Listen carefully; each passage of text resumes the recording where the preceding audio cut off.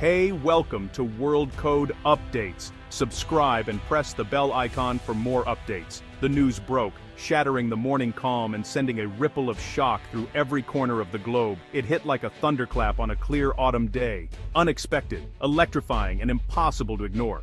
At just after 10 a.m. Eastern on October 15, 2025, screens worldwide flashed a single history-making headline: U.S. Supreme Court strikes down Trump-era tariffs. The words seemed almost surreal, echoing across continents and time zones. In newsrooms from New York to Tokyo, stunned silence gave way to chaos. Phones rang off the hook, editors barked orders, and journalists scrambled to make sense of the seismic shift unfolding before their eyes. This wasn't just another political story, it was a seismic shift in global trade, a moment that would redraw the map of international commerce and upend years of economic strategy. The court's surprise 6-3 ruling declared the sweeping tariffs imposed under Section 232 unconstitutional, arguing the law gave the president too much unchecked power over trade policy. Legal scholars would later call it one of the most consequential decisions of the decade. On the New York Stock Exchange, the opening bell was drowned out by shouts as steel and aluminum futures plummeted, erasing billions in market value within minutes. Meanwhile, shares in import-reliant companies soared as investors rushed to capitalize on the sudden promise of cheaper goods and expanded supply chains. For years, tariffs on steel, aluminum, and Chinese goods had reshaped supply chains, forced companies to rethink sourcing and become a pillar of U.S. economic policy. Now, in a single moment, they were gone, leaving both relief and anxiety in their wake. In Pennsylvania, a steel factory manager stared at his phone, realizing the lifeline for his mill had vanished. The protective wall that had shielded his business from foreign competition was suddenly gone, and the future looked uncertain. Meanwhile, at a California port, an importing firm's CEO felt a surge of relief.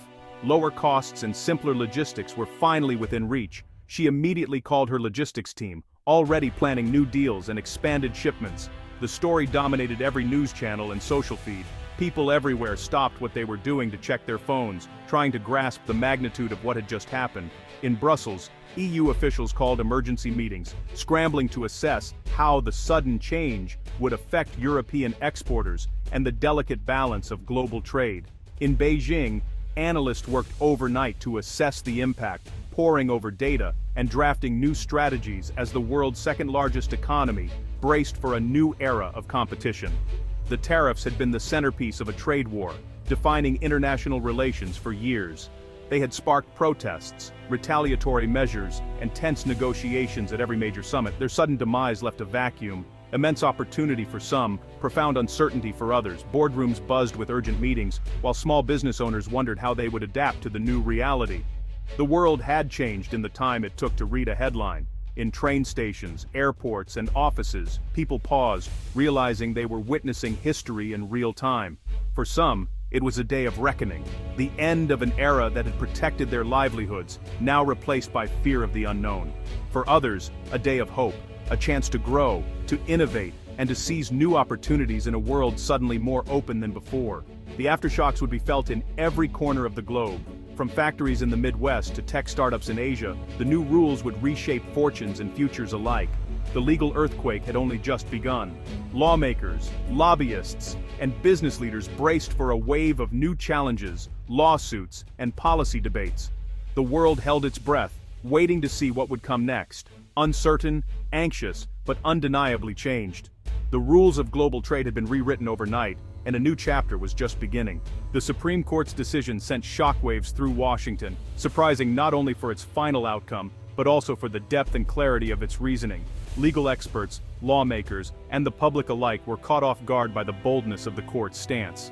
The majority opinion was more than just a legal ruling. It was a powerful and unequivocal statement on the separation of powers, emphasizing the importance of maintaining the constitutional balance between the branches of government.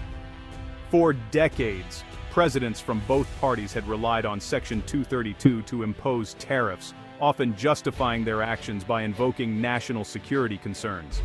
This practice had become routine, shaping U.S. trade policy for years. But the court found that this approach stretched the law far beyond its intended constitutional limits. by allowing the president to unilaterally create sweeping economic policy. The executive branch was encroaching on a role that the Constitution clearly reserves for Congress. The ruling was a fundamental reassertion of congressional authority, sending a strong signal to the White House that there are clear constitutional lines that cannot be crossed. While previous legal challenges to presidential trade powers had failed, this time, the Supreme Court zeroed in on a core constitutional question: who truly holds the power to make trade policy in the United States? Their answer was unambiguous: Congress, not the president. By striking down the tariffs, the court didn't just overturn a policy, it handed the entire issue back to Capitol Hill, urging lawmakers to reclaim their constitutional responsibilities and debate trade policy openly. In the end, it was a true constitutional reset, redrawing the boundaries of executive power and reaffirming the foundational principle that no branch of government can act alone without checks and balances. The moment the Supreme Court's decision hit the wires, Wall Street erupted in a frenzy of activity.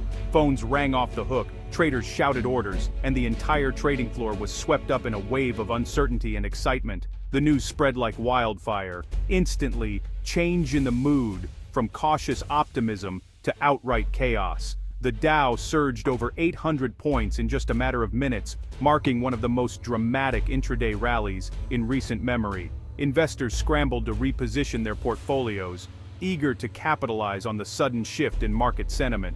Automakers like Ford and GM, long burdened by tariffs and global trade tensions, saw their shares soar to levels not seen in years.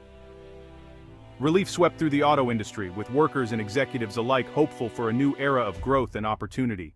Meanwhile, American steel producers' stocks plunged, facing the harsh reality of renewed foreign competition. Executives watched in disbelief as years of protective policy vanished overnight, leaving their future uncertain. The market's reaction was swift and brutal, dividing winners and losers in an instant. Some investors celebrated windfall profits, while others faced staggering losses, all within the same trading session. The US dollar weakened sharply as traders anticipated a flood of cheaper imports and a potential shift in the balance of trade. Currency markets buzzed with speculation about what the future might hold. Commodity markets were thrown into chaos. Domestic steel and aluminum prices collapsed almost immediately, sending shockwaves through the metals industry and forcing companies to rethink their strategies. At the same time, soybeans climbed on hopes of renewed Chinese demand, as farmers and exporters looked forward to reopening trade channels that had been closed for years. For investors, it was a day of massive gains and devastating losses, a roller coaster of emotions that left many reeling. Some walked away with fortunes, while others faced hard questions about their next move. The sudden removal of tariffs threw out the old rulebook, forcing analysts and traders to adapt to a rapidly changing landscape. Strategies that had worked for years were suddenly obsolete. The business world was gripped by uncertainty as companies scrambled to understand the new environment and what it would mean for their bottom lines. Boardrooms buzzed with urgent meetings and late-night calls. The new game had begun, and no one was sure of the rules. Every move felt risky, and every decision carried new weight as the financial world tried to find its footing. The aftershocks would ripple for months to come, reshaping industries, fortunes, and the very fabric of the global economy. The world was watching, waiting to see what would happen next. The ruling split the American economy in two. Importers, retailers, and manufacturers relying on global supply chains celebrated. Lower costs and cheaper goods were on the horizon. For consumers, economists predicted falling prices on everything from cars to canned goods. But for every winner, there was a loser. In steel towns, fear and anger replaced hope. The tariffs had been a lifeline, now gone. Workers and union leaders braced for layoffs as cheaper foreign steel threatened their jobs. Aluminum smelters and furniture makers faced similar dread. For them, tariffs were survival, not distortion. The ruling exposed a deep fault line: global industries versus traditional manufacturing. The economic divide had never been clearer. At the heart of the decision was Section 232 of the Trade Expansion Act of 1962. Originally, it gave the president power to protect industries vital to national security. The Trump administration broadened this, arguing a healthy economy itself was national security. This led to sweeping tariffs, even on allies. Importers challenged this logic, arguing it gave the president a blank check. The Supreme Court agreed. Congress cannot hand over its core duties without clear limits. The decision invalidated the tariffs not for their policy, but for flawed process. It was a powerful check on executive overreach. The Supreme Court's ruling shifted the balance of power in Washington. By striking down executive use of Section 232, the court forced Congress to confront trade policy head-on. Lawmakers could no longer avoid tough choices or hide behind the president's actions. Any new tariffs or protections must now go through public debate and legislative process. The decision exposed deep divisions within both parties on trade. Foreign governments and lobbyists turned their focus to Capitol Hill. American trade policy was now democratized, messy, transparent, and uncertain. The power had returned to the people's house. The ripple effects were immediate and concrete. For automakers, the end of tariffs meant lower production costs and more competitive vehicles. Car dealerships anticipated lower prices for consumers. In steel country, workers feared a return to layoffs and plant closures. For farmers, hopes rose that China would lift retaliatory tariffs, reopening vital markets. Retailers recalculated pricing strategies, expecting to roll back price hikes on thousands of items. The supply chain, once forced to diversify, could now reconsider sourcing decisions. For families, the most immediate effect would be relief at the cash register. The legal decision was abstract, its impact was deeply personal. The American landscape was shifting in real time. This reversal of trade policy echoes history. The Smoot-Hawley Tariff of 1930, meant to protect jobs, triggered global retaliation and deepened the Great Depression. Decades later, the U.S. championed free trade, but exceptions like the 2002 steel tariffs showed the risks.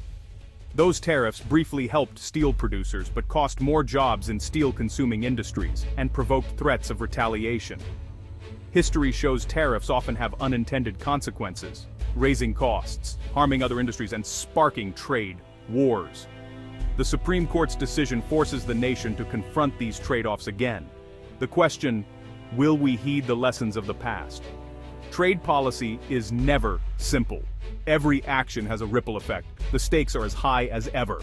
The Supreme Court has spoken, but the story isn't over. The Trump-era tariffs are gone, but a policy vacuum remains. Congress now faces a defining choice: embrace free trade or craft new protections. Powerful coalitions on both sides will lobby fiercely. Companies must rethink strategies. Supply chains may shift again. America stands at a crossroads: build walls or bridges. The decision now rests with the people and their representatives. The world is watching, waiting to see which path we choose.